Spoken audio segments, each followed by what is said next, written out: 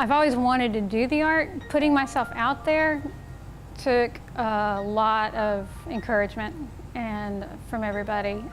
It was very scary to put my work out in front of people because it was a piece of me. It was basically my soul that I was exposing. And it was nerve-wracking to put that out there and have people look at it, judge it. And but once I did, it was really rewarding. I found that not as many people found it as unusual, or they actually liked the work. And if they didn't, it still got a reaction, and that was what I was going for. Whether you love it or you hate it, it got a reaction from somebody.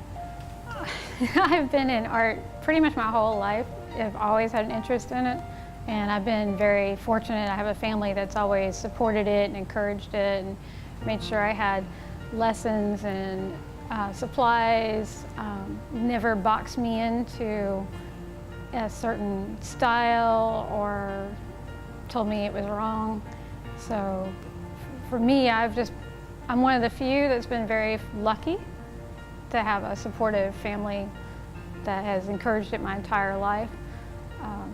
I went probably about 15 years ago. I started going a lot more professional, doing art shows, going into some of the galleries, showing pieces.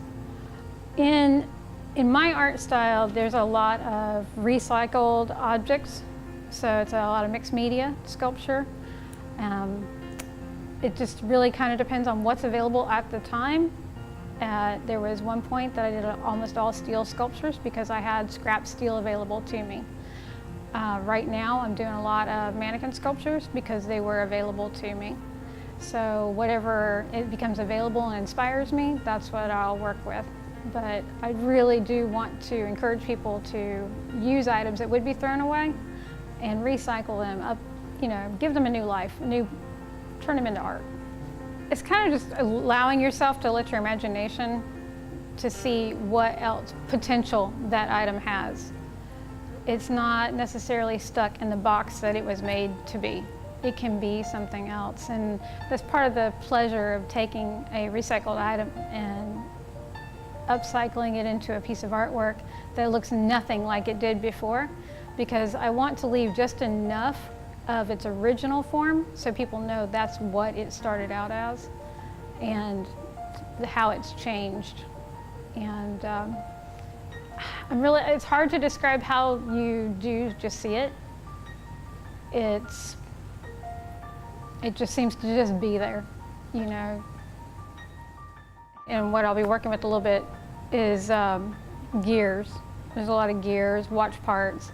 I lean to a steampunk type of style, which the recycled work really, really well with.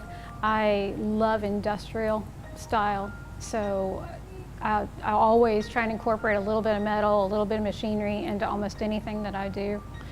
And so for me, I love to get those parts and that you never see. They're buried in the machine. You never see what makes something work, what makes it click. So it's neat to take it when it's broken and make it work again in something else. Yard sales are a pretty great place to pick stuff up. And once they realize what you're doing with it, a lot of times they'll just give it to you. Or they'll reduce the amount to it's almost free. My mannequins, they're all recycled. So they came from a woman who's in her 80s that used to be a store display company. And she had hundreds of these mannequins, and she had a yard sale.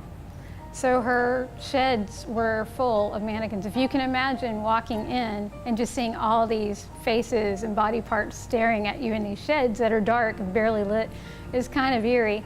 But it was really exciting. So I think I walked away from there with like 6 mannequins the first time I met her.